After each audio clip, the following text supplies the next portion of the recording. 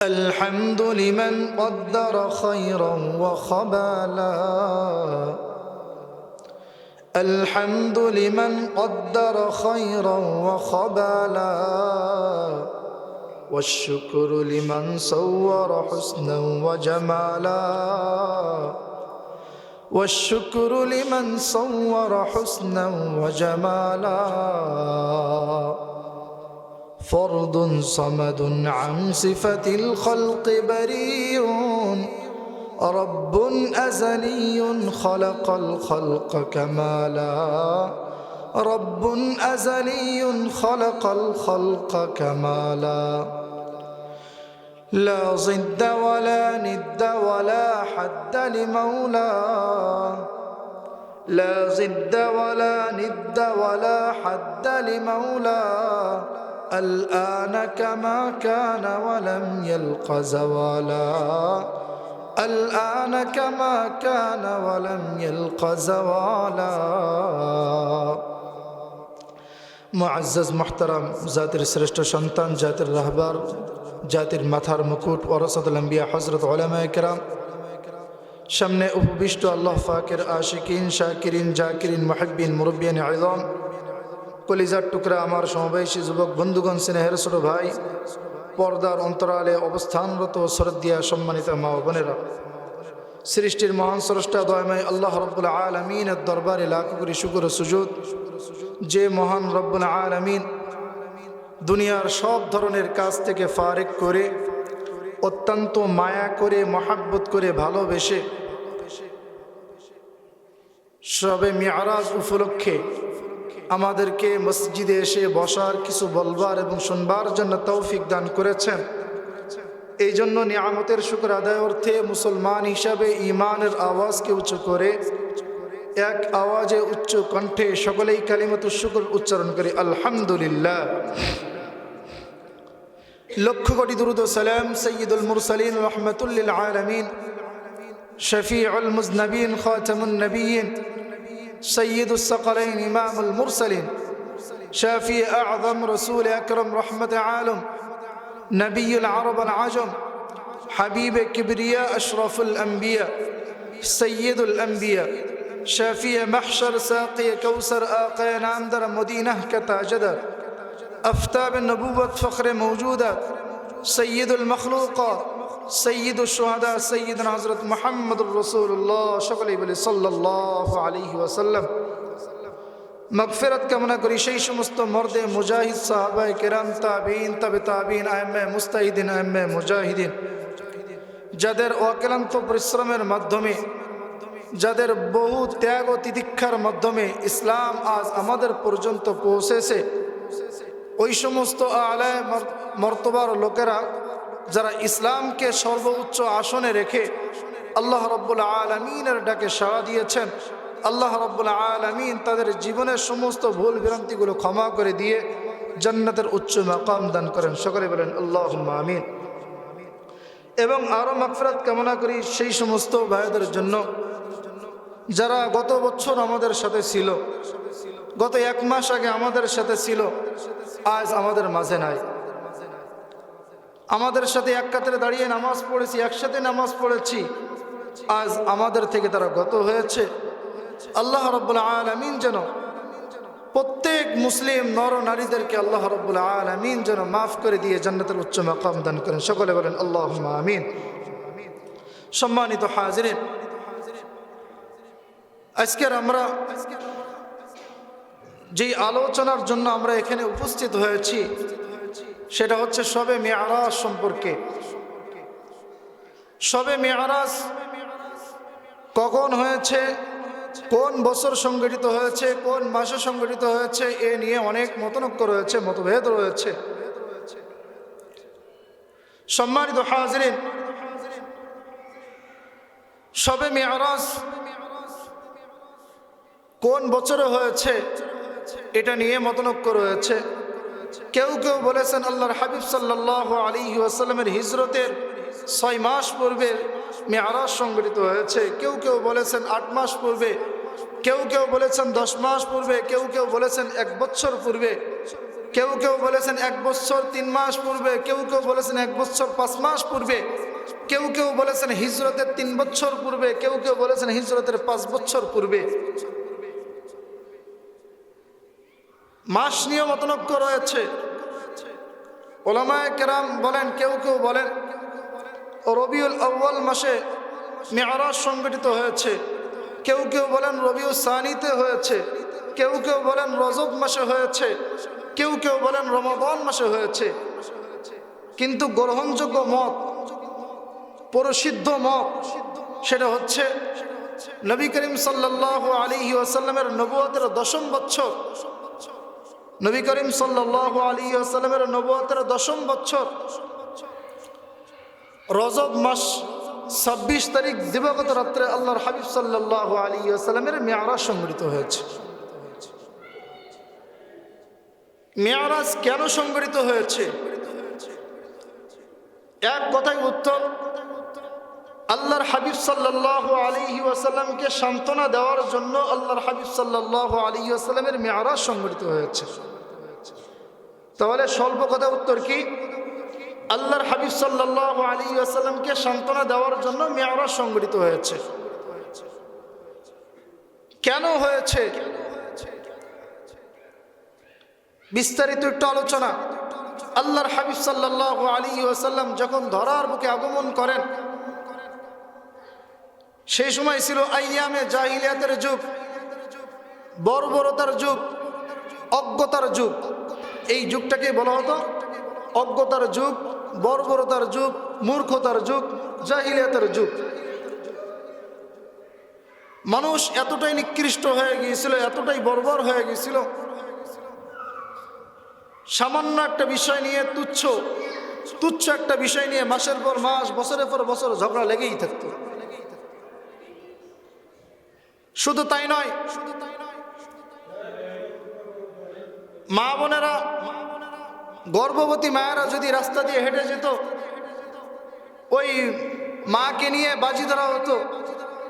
কেউ কেউ বলতো যে ওই মায়ের পেটে ছেলে সন্তান রয়েছে, কেউ বলতো না তার মা পেটে মেয়ে সন্তান রয়েছে, কন্যা সন্তান রয়েছে। কেউ বলতো তার পেটের ভিতরে একটা সন্তান রয়েছে, কেউ বলতো 2টা সন্তান রয়েছে। এটা নিয়ে তারা নিজেদের ভিতরে বাজি ধরতো। বাজি ধরে ওই গর্ভবতী নারীকে রাস্তার ভিতরে তার পেট চেরা হতো, তার পেট ফেড়ে ফেলা হতো। এরপরে তার পেট ফেড়ে দেখা হতো তার গর্ভের ভিতরে কি সন্তান রয়েছে, ছেলে সন্তান রয়েছে নাকি কন্যা সন্তান রয়েছে, নাকি একটা সন্তান রয়েছে নাকি 2টা সন্তান রয়েছে। তারা কি এতটাই বর্বর হয়ে গিয়েছিল। সম্মানিত হাজরিন, এমন একটা নাজুক মুহূর্তে আল্লাহ রাব্বুল আলামিন আল্লাহর হাবিব সাল্লাল্লাহু আলাইহি ওয়াসাল্লামকে ধরার বুকে প্রেরণ করেন। আল্লাহর হাবিব সাল্লাল্লাহু আলাইহি ওয়াসাল্লাম যখন নবুয়ত লাভ করলেন, নবুয়ত পাওয়ার পর আল্লাহর হাবিব সাল্লাল্লাহু আলাইহি ওয়াসাল্লাম মক্কার মুশরিকদের কাছে দাওয়াত নিয়ে যাচ্ছেন, দ্বীনের দাওয়াত পৌঁছাই দেওয়ার জন্য। প্রতিটি মানুষের কাছে কাছে গেছেন। মানুষের কাছে কাছে যখন গেলেন, আল্লাহর হাবিব সাল্লাল্লাহু আলাইহি ওয়াসাল্লামের দাওয়াত প্রত্যাখ্যান করলেন এবং আল্লাহর হাবিব সাল্লাল্লাহু আলাইহি ওয়াসাল্লামের উপর চলতে থাকলো জুলুম এবং নির্যাতন। যেহেতু আল্লাহর হাবিব সাল্লাল্লাহু আলাইহি ওয়াসাল্লাম কুরাইশ বংশের লোক ছিলেন, আল্লাহর হাবিব সাল্লাল্লাহু আলাইহি ওয়াসাল্লামের বংশের ওই সময় একটা প্রভাব ছিল। আল্লাহর হাবিব সাল্লাল্লাহু আলাইহি ওয়াসাল্লামের চাচা আবু তালেব ওই সময় গোত্রের সর্দার ছিলেন। তো আবু তালেব আল্লাহর হাবিব সাল্লাল্লাহু আলাইহি ওয়াসাল্লামকে বাইরে থেকে সব ধরনের প্রোটেক্ট করতেন, তাকে হেফাজত করতেন। এরপরে ঘরের ভিতরে যখন আসতেন, আম্মাজান খাদিজা রাদিয়াল্লাহু তাআলা আনহা আল্লাহর হাবিব সাল্লাল্লাহু আলাইহি ওয়াসাল্লামকে সান্ত্বনা দিতেন এবং হিকমত ছিল। আল্লাহর হাবিব সাল্লাল্লাহু আলাইহি ওয়াসাল্লামের কলবের ভিতরে ঈমান এবং হিকমত ঢুকে দিয়ে, পরিপূর্ণ করে দিয়ে আল্লাহর হাবিব সাল্লাল্লাহু আলাইহি ওয়াসাল্লামের কলবটাকে আবার জায়গা মতো স্থাপন করে দিলেন। এরপরে আল্লাহর হাবিব সাল্লাল্লাহু আলাইহি ওয়াসাল্লাম যখন এই সফরের জন্য পরিপূর্ণ উপযোগী হয়ে গেলেন, আল্লাহর হাবিব সাল্লাল্লাহু আলাইহি ওয়াসাল্লামের জন্য এবার সওয়ারির ব্যবস্থা করা হলো। সওয়ারি নিয়ে আসা হলো, বাহন নিয়ে আসা হলো। যেই বাহনটা ছিল ঘোড়ার চেয়ে ছোট এবং গাধার চেয়ে একটু বড়, সাদা রঙের বাহন। এই বাহনের নাম ছিল বুরাক। এই বাহনের নাম কি? বুরাক।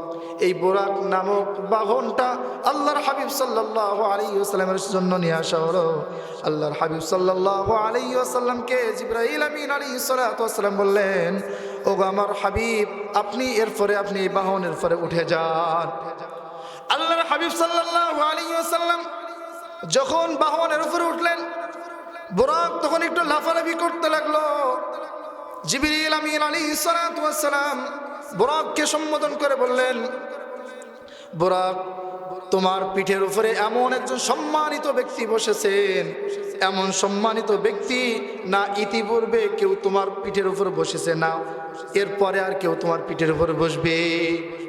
এমন সম্মানিত ব্যক্তি না ইতিপূর্বে কেউ তোমার পিঠের উপর আরোহণ করেছে, না পরে আবার তোমার পিঠের উপর আরোহণ করবে।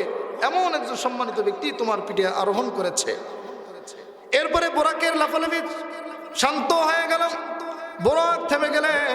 বুরাক লজ্জিত হয়ে গেল। আল্লাহর হাবিব সাল্লাল্লাহু আলাইহি ওয়াসাল্লামকে নিয়ে জিবরিল আমিন আলাইহিস সালাতু ওয়াসসালাম সফর করা শুরু করলেন। বুরাকের এত ক্ষিপ্র গতি ছিল, আল্লাহর হাবিব সাল্লাল্লাহু আলাইহি ওয়াসাল্লাম হাদিসের ভিতরে ইরশাদ করেন, এই হাদিসটি সহিহ মুসলিমের 162 এবং 63 নম্বর হাদিস। قال رسول الله صلى الله عليه وسلم يضع حافره عند منتهى طرفه। আল্লাহর হাবিব সাল্লাল্লাহু আলাইহি ওয়াসাল্লাম বলেন, বুরাকের এত ক্ষিপ্র গতি ছিল, তার দৃষ্টি যেখানে গিয়ে পড়তো তার একটা কদম সেখানে গিয়ে পড়তো। এত ক্ষিপ্র গতি ছিল। সম্মানিত হাজিরিন, আল্লাহর হাবিব সাল্লাল্লাহু আলাইহি ওয়াসাল্লাম বুরাকের পিঠে যখন আরোহণ করে চলতে লাগলেন, কিছু দূর যাওয়ার পরে একজন বৃদ্ধ আল্লাহর হাবিব সাল্লাল্লাহু আলাইহি ওয়াসাল্লামকে প্রতিরোধ করার চেষ্টা করলো। জিবরিল আমিন আলাইহিস সালাতু ওয়াসসালাম বললেন, আপনি ওদিকে ভ্রুক্ষেপ করবেন না।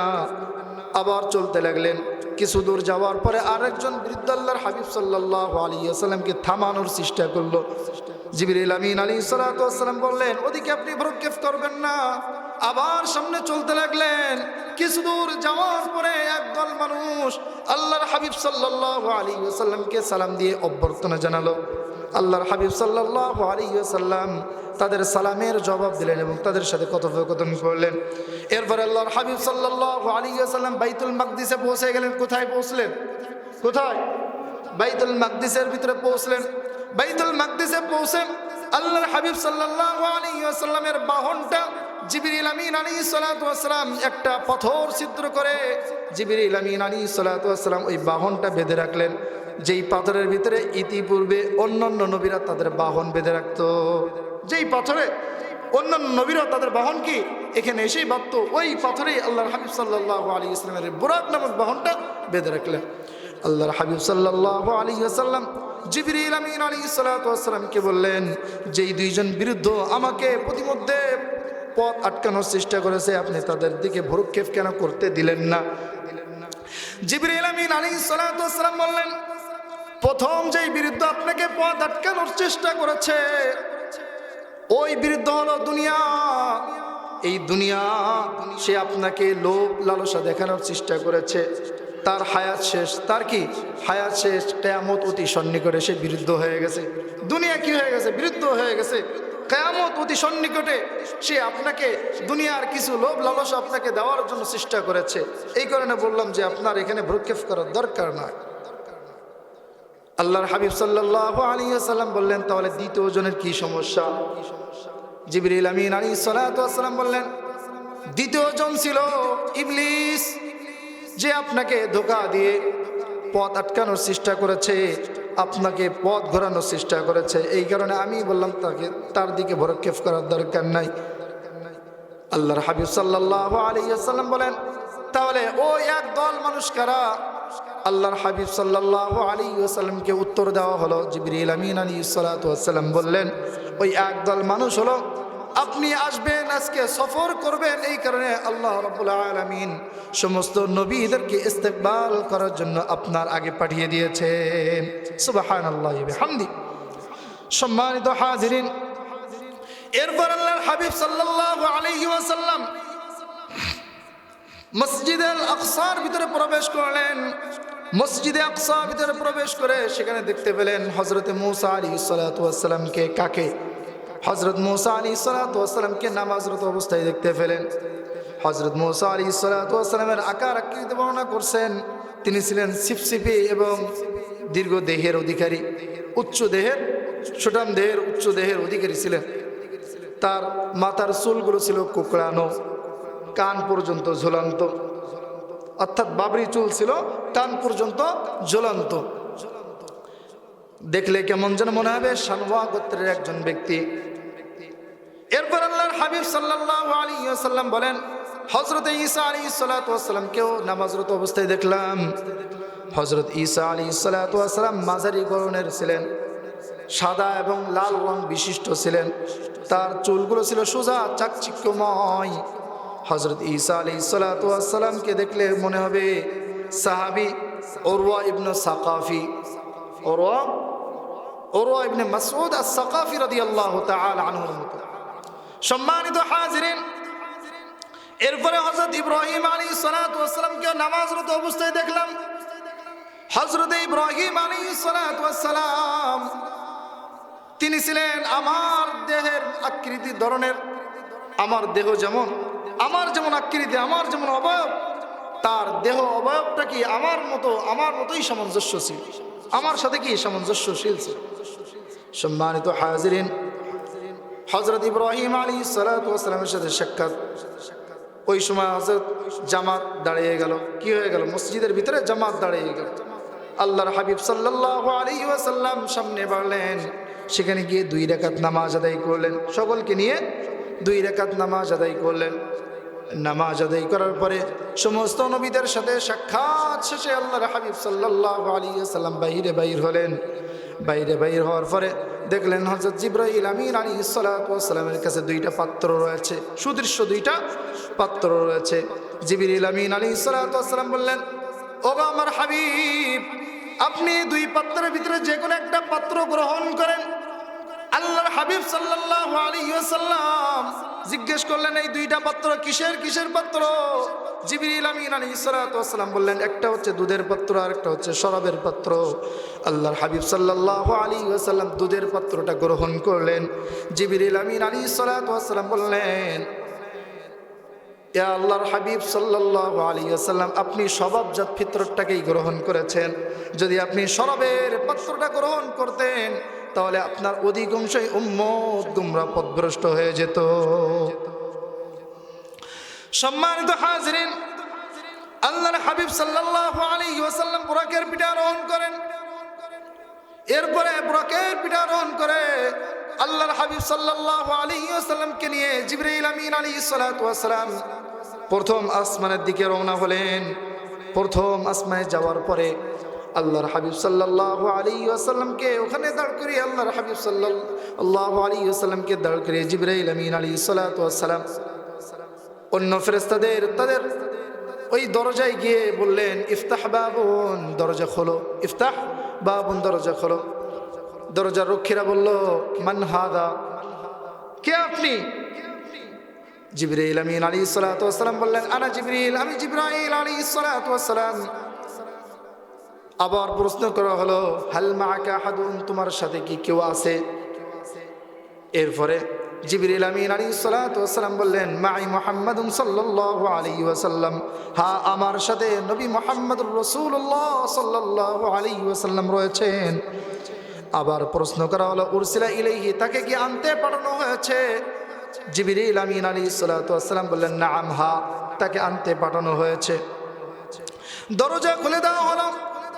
আল্লাহর হাবিব সাল্লাল্লাহু আলাইহি ওয়াসাল্লাম প্রথম আসমানের উপরে উঠে দেখলেন এক ব্যক্তির ডানে কিছু এক ঝাঁক রূহ রয়েছে আর বামে এক ঝাঁক রূহ রয়েছে।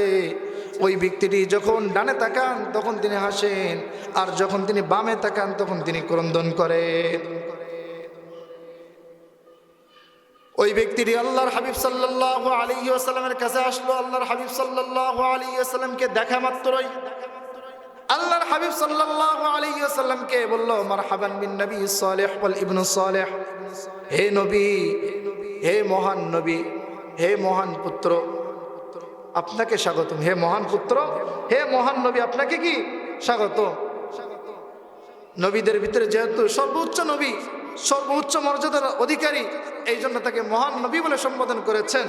আর মহান পুত্র, সমস্ত পুত্র, যত পুত্র রয়েছে আদম আলাইহিস সালাতু ওয়াস সালামের, যত ছেলেমেয়ে রয়েছে, সবচাইতে কি উত্তম পুত্র কি মুহাম্মদুর রাসূলুল্লাহ সাল্লাল্লাহু আলাইহি ওয়াসাল্লাম। এই জন্য তাকে মহান পুত্র বলে কি করেছেন, সম্বোধন করেছেন। সম্মানিত হাজিরিন, আদম আলাইহিস সালাতু ওয়াস সালামের সাথে সাক্ষাৎ করার পরে জিবরিল আমিন আলাইহিস সালাতু ওয়াস সালামকে জিজ্ঞাসা করছেন আল্লাহর হাবিব সাল্লাল্লাহু আলাইহি ওয়াসাল্লাম, ওগো ভাই জিবরাইল, এই ব্যক্তিটি কে, মান হাজা, ইনকে? জিবরিল আমিন আলাইহিস সালাতু ওয়াস সালাম বললেন, হাজা আদম, ইনি হচ্ছেন আমাদের আদি পিতা আদম আলাইহিস সালাতু ওয়াস সালাম। ইনি হচ্ছে তোমার আদি পিতা কে? আদম আলাইহিস সালাতু ওয়াস সালাম। এরপরে মুহাম্মদুর রাসূলুল্লাহ সাল্লাল্লাহু আলাইহি ওয়াসাল্লাম আবার জিজ্ঞেস করলেন, তিনি তার সামনে কারা রয়েছে এবং তিনি যখন ডান দিকে তাকান তখন কেন আসেন, যখন বাম দিকে তাকান কেন তিনি করন্দন করেন? জিবরিল আমিন আলাইহিস সালাতু ওয়াস সালাম বললেন, তার কাছে যত রূহ রয়েছে, তাহলে ঘরের বাইরে একজন হেফাজত করতেন আবু তালেব, আর একজন ঘরের ভিতরে আম্মাজান খাদিজা রাদিয়াল্লাহু তাআলা আনহা, তিনি আল্লাহর হাবিব সাল্লাল্লাহু আলাইহি ওয়াসাল্লামকে সান্ত্বনা দিতেন। সম্মানিত হাজিরিন, কিন্তু নবুয়তের 10ম বছরে কিছুদিনের ব্যবধানে এই দুই মহা মনীষী দুইজন ইন্তেকাল করেন। প্রথমে আবু তালেব ইন্তেকাল করেন, কিছুদিন বাদেই আল্লাহর হাবিব সাল্লাল্লাহু আলাইহি ওয়াসাল্লামের বিবি খাদিজা রাদিয়াল্লাহু তাআলা আনহা ইন্তেকাল করেন। এই বছরটাকে আমুল হুজুন, বেদনার বছর বলা হয়, ব্যথার বছর, চিন্তার বছর বলা হয়। তো আল্লাহর হাবিব সাল্লাল্লাহু আলাইহি ওয়াসাল্লাম চিন্তা করলেন, কাফেরদের নির্যাতন নিপীড়ন আরো বেড়ে গেল। যখন দুইজন নাই, বাইরে থেকে প্রোটেক্ট করার মতো কেউ নাই, ভিতর থেকে সান্ত্বনা দেওয়ার মতো যখন কেউ নাই, তখন কাফেরদের জুলুম নির্যাতন আরো বেড়ে গেল। আল্লাহর হাবিব সাল্লাল্লাহু আলাইহি ওয়াসাল্লাম চিন্তা করে তিনি হিজরতের সিদ্ধান্ত নিলেন। মক্কা থেকে 60 মাইল দূরে অবস্থিত তায়েফ অবস্থিত, এই তায়েফে তিনি হিজরতের সিদ্ধান্ত নিলেন যে মক্কায় আমার হয়তো আর দাওয়াতের কাজ চালানো সম্ভব হচ্ছে না, হবে না, এই কারণে তিনি তায়েফে গেলেন। তায়েফে যাওয়ার পরে তায়েফবাসীকে যখন আল্লাহর হাবিব সাল্লাল্লাহু আলাইহি ওয়াসাল্লাম দাওয়াত দেওয়া শুরু করলেন, তখন তায়েফবাসীরা তো দাওয়াত গ্রহণ করলো না। সাথে সাথে তায়েফের লোকেরা আল্লাহর হাবিব সাল্লাল্লাহু আলাইহি ওয়াসাল্লামকে বের করে দিল এবং পিছন দিক থেকে তাদের দুষ্ট বালকদেরকে লেলিয়ে দিল, যাও মুহাম্মদ পাগলটাকে তোমরা বের করে দাও। নাউযুবিল্লাহি মিন যালিক। সম্মানিত হাজিরিন, আল্লাহর হাবিব সাল্লাল্লাহু আলাইহি ওয়াসাল্লাম দুঃখ ভারাক্রান্ত হৃদয় নিয়ে সেখান থেকে ফিরে আসার জন্য চিন্তা করলেন। যখন আল্লাহর হাবিব সাল্লাল্লাহু আলাইহি ওয়াসাল্লাম আসতেছিলেন, ওই সময় তায়েফের দুষ্ট বালকেরা আল্লাহর হাবিব সাল্লাল্লাহু আলাইহি ওয়াসাল্লামকে সম্বোধন করে বিভিন্ন গালিগালাজ করতে লাগলো এবং পিছন দিক থেকে পাথর ছুঁড়তে লাগলো। আল্লাহর হাবিব সাল্লাল্লাহু আলাইহি ওয়াসাল্লাম পাথরের আঘাতে রক্তে রঞ্জিত হয়ে গেলেন। সঙ্গী ছিলেন, একজন খাদেম ছিলেন হযরত যায়েদ রাদিয়াল্লাহু তাআলা আনহু, তিনি আল্লাহর হাবিব সাল্লাল্লাহু আলাইহি ওয়াসাল্লামের ঢাল স্বরূপ ছিলেন, তিনিও জখম হয়ে গেলেন। আল্লাহর হাবিব সাল্লাল্লাহু আলাইহি ওয়াসাল্লাম এক পর্যায়ে ব্যথায় বেদনায় তিনি আর চলতে পারছিলেন না, বসে পড়লেন।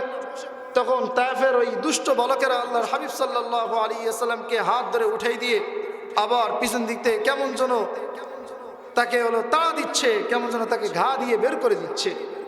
যখন আল্লাহর হাবিব সাল্লাল্লাহু আলাইহি ওয়াসাল্লাম চলতে লাগলেন, ওই সময় আবার তারা পিছন দিক থেকে পাথর নিক্ষেপ করতেছিল। সম্মানিত হাজিরিন, আল্লাহর হাবিব সাল্লাল্লাহু আলাইহি ওয়াসাল্লাম ওই সময় তায়েফে উতবা ও রবিয়া ইবনে শাইবা ইবনে রবিয়ার বাগানে আশ্রয় গ্রহণ করেছিলেন। বাগানে আশ্রয় নিয়ে আল্লাহর হাবিব সাল্লাল্লাহু আলাইহি ওয়াসাল্লাম আল্লাহ রাব্বুল আলামিনের কাছে দোয়া করেছিলেন। এই দোয়াটাকে বলা হয় দোয়ায়ে মুস্তাদিফিন। দোয়ায়ে মুস্তাদিফিন। ওই সময় বসে, ওইখানে বসে আল্লাহর হাবিব সাল্লাল্লাহু আলাইহি ওয়াসাল্লাম আল্লাহ রাব্বুল আলামিনের কাছে একটা দোয়া করেছিলেন। দোয়াটি হলো আল্লাহুম্মা ইলাইকা আশকু দু'ফা কুওয়াতি। ইয়া আল্লাহ, আমি আপনার কাছে ফরিয়াদ জানাই আমার দুর্বলতা। আমি আপনার কাছে ফরিয়াদ জানাই আমার দুর্বলতার ব্যাপারে। কিল্লাতা হাইলাতি ওয়া হাওয়ানি আলান নাস। আমার নিঃসঙ্গতার ব্যাপারে, আমার অসহায়ত্বের ব্যাপারে, মানুষের কাছে আমার মূল্যহীনতার ব্যাপারে। ইয়া আরহামার রাহিমিন, আপনি তো দয়ালুদের ভিতরে সর্বাধিক দয়ালু। আনতা রব্বুল মুস্তাদঈফিন, আপনি তো অসহায় দুর্বলদের প্রতিপালক। ওয়া আনতা রব্বি, এবং আপনি আমারও প্রতিপালক। ইলা মান তাকিল্লি, ইয়া আল্লাহ, আপনি আমাকে কাদের কাছে সুপর্দ করেছেন? ইলা বাঈদিন ইয়াতাহাজ্জামুনি, আপনি কি আমাকে অনাত্মীয় রুক্ষ চেহারাওয়ালাদের কাছে সুপর্দ করেছেন?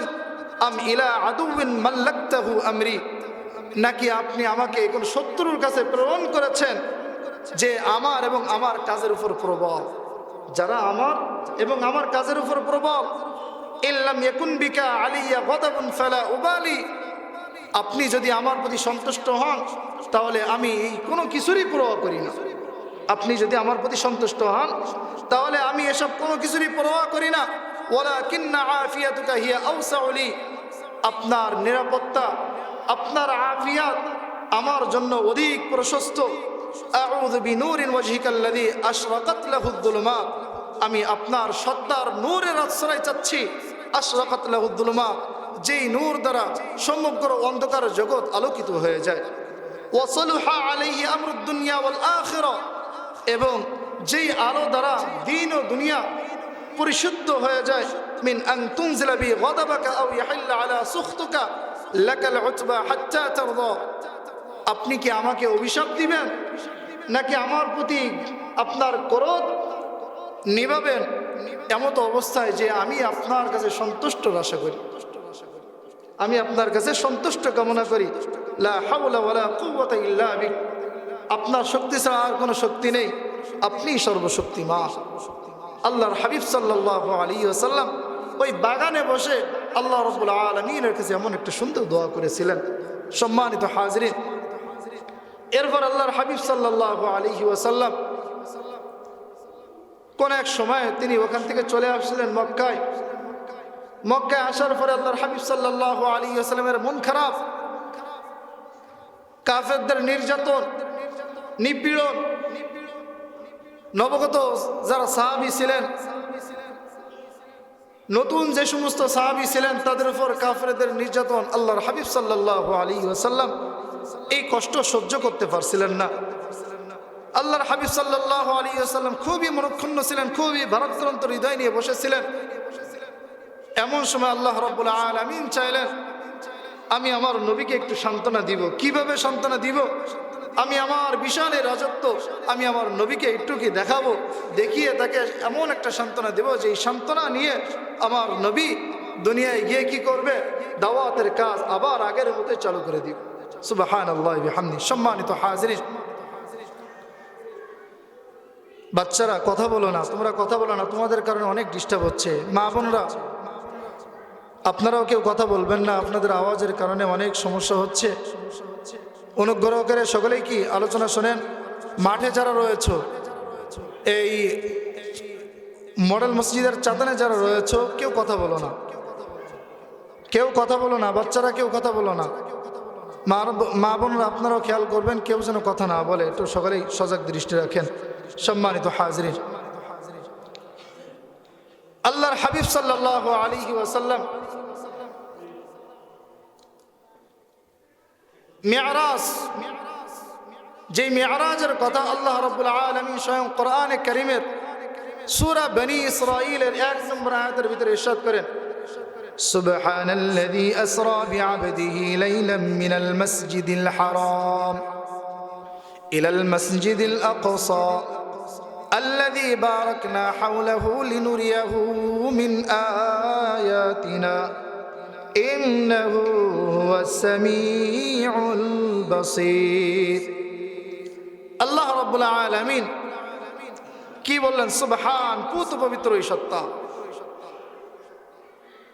সুবহানাল্লাযী আসরা, যিনি ভ্রমণ করিয়েছেন রাত্রিকালে। কখন? রাত্রিকালে ভ্রমণ করিয়েছেন। কাকে? তার বান্দাকে। কাকে? তার বান্দাকে। আল্লাহ রাব্বুল আলামিন শুরুতে সুবহান শব্দ নিয়ে আসছে, অর্থাৎ এই ঘটনাটা হবে একদম পুরো আশ্চর্যজনক ঘটনা, বিস্ময়কর ঘটনা হবে। এই ঘটনা দুনিয়ার কোনো বৈজ্ঞানিক যদি বৈজ্ঞানিক থিওরির মধ্যে দেখতে যায় তাহলে এটা অবাস্তব মনে হবে, কিন্তু পরওয়ারদিগারের কাছে এই ঘটনা এটা কোনো অস্বাভাবিক কোনো বিষয় নয়। তাহলে সুবহান শব্দ শুরু করে কি? আল্লাহ রাব্বুল আলামিন আশ্চর্য বিষয় নিয়ে, যে বিস্ময়কর একটা ঘটনা ঘটতে যাচ্ছে, এবার কিন্তু একটা বিস্ময়কর ঘটনা ঘটবে। ঠিকই অনুরূপভাবে আল্লাহর হাবিব সাল্লাল্লাহু আলাইহি ওয়াসাল্লাম তার চাচাতো বোন উম্মে হানির ঘরে শায়িত ছিলেন। হঠাৎ করে আল্লাহর হাবিব সাল্লাল্লাহু আলাইহি ওয়াসাল্লাম ঘুমন্ত অবস্থায় ঘরের ছাদ ফাঁকা হয়ে গেল। জিবরাইল আমিন আলাইহিস সালাতু ওয়াস সালাম এবং মিকাইল আলাইহিস সালাতু ওয়াস সালাম ঘরের ছাদ ফাঁকা করে আল্লাহর হাবিব সাল্লাল্লাহু আলাইহি ওয়াসাল্লামের কাছে গেলেন। আল্লাহর হাবিব সাল্লাল্লাহু আলাইহি ওয়াসাল্লামকে সেখান থেকে শায়িত অবস্থায় উঁচু করে হাতিমে কাবার নিকটে নিয়ে আসলেন। আল্লাহর হাবিব সাল্লাল্লাহু আলাইহি ওয়াসাল্লামকে হাতিমে কাবার নিকটে যখন নিয়ে আসলেন, আল্লাহর হাবিব সাল্লাল্লাহু আলাইহি ওয়াসাল্লাম বলেন, সে সময় আমার চোখে ঘুম ঘুম ভাব। আমার সময় ওই সময়ও ওই টাইমেও আমার চোখে ঘুম ঘুম ভাব। তাহলে কেমন ভাবে নিয়ে আসছে? সম্মানিত হাজিরিন, আশ্চর্য বিষয় হলো জিবরাইল আমিন আলাইহিস সালাতু ওয়াস সালাম দরজা দিয়ে প্রবেশ করেননি। ঘরের তো দরজা ছিল, জানালা ছিল, সেখান থেকে প্রবেশ করেননি, ডাইরেক্ট ছাদ ফাঁকা করেছেন। ডাইরেক্ট কি করলেন? ছাদ ফাঁকা করেছেন। ছাদ ফাঁকা করে আল্লাহর হাবিব সাল্লাল্লাহু আলাইহি ওয়াসাল্লামের কাছে আসলেন, তাকে উঠে হাতিমে কাবার নিকটে নিয়ে গেলেন।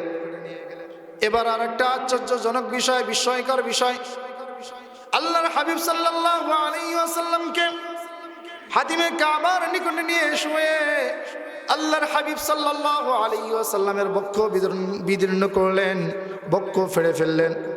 এরপরে আল্লাহর হাবিব সাল্লাল্লাহু আলাইহি ওয়াসাল্লামের কলব মুবারক সেটা বাহির করলেন।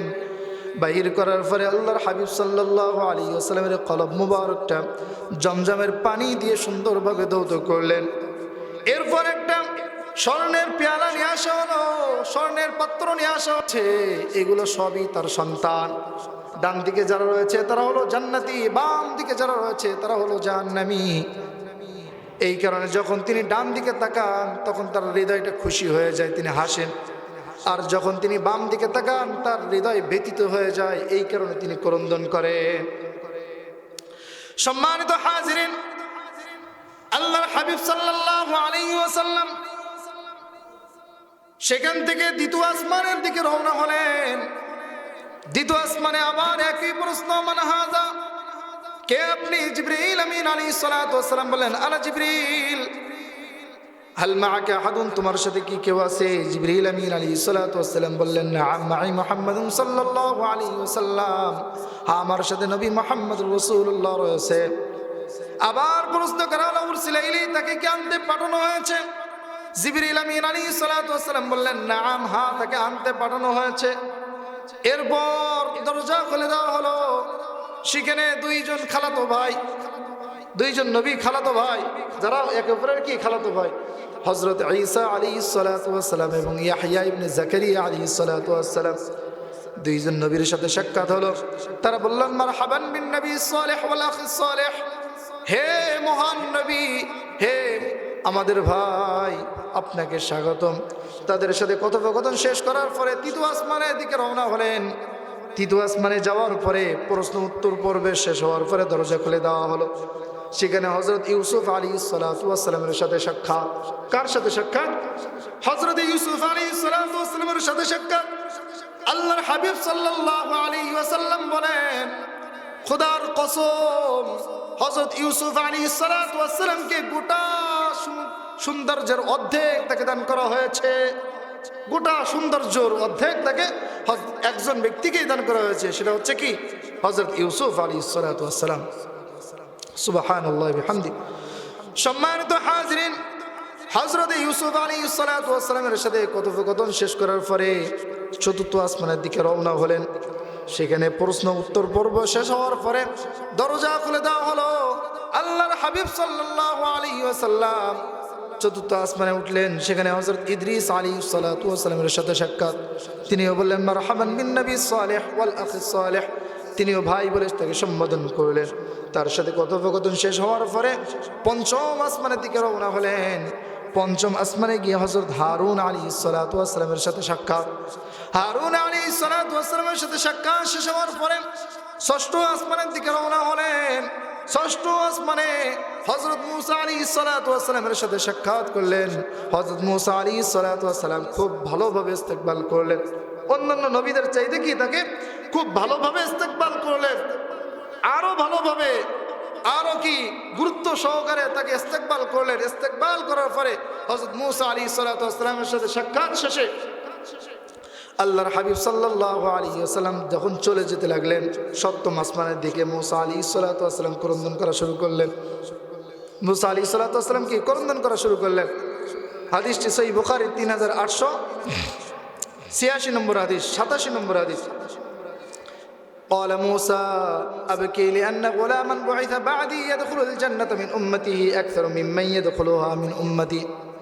আল্লাহর হাবিব সাল্লাল্লাহু আলাইহি ওয়াসাল্লাম মূসা আলাইহিস সালাতু ওয়াস সালামের কাছে ক্রন্দনের কারণ জিজ্ঞাসা করলে হযরত মূসা আলাইহিস সালাতু ওয়াস সালাম উত্তর দিলেন, এই যুবক আমার অনেক পরে আসছে, এই যুবক আমার অনেক পরে আসছে দুনিয়ায়, কিন্তু তার অধিকাংশ উম্মত, তার অধিক উম্মত, আমার চাইতে অধিক উম্মত জান্নাতের ভিতরে প্রবেশ করবে। সুবহানাল্লাহি বিহামদি। আমরা সেই ভাগ্যবান উম্মত। আল্লাহ রাব্বুল আলামিন আমাদেরকে যেন কবুল করেন জান্নাতের জন্য। সকলে বলেন আল্লাহুম্মা আমিন। সম্মানিত হাজিরিন, আল্লাহর হাবিব সাল্লাল্লাহু আলাইহি ওয়াসাল্লাম সপ্তম আসমানে রওনা হলেন।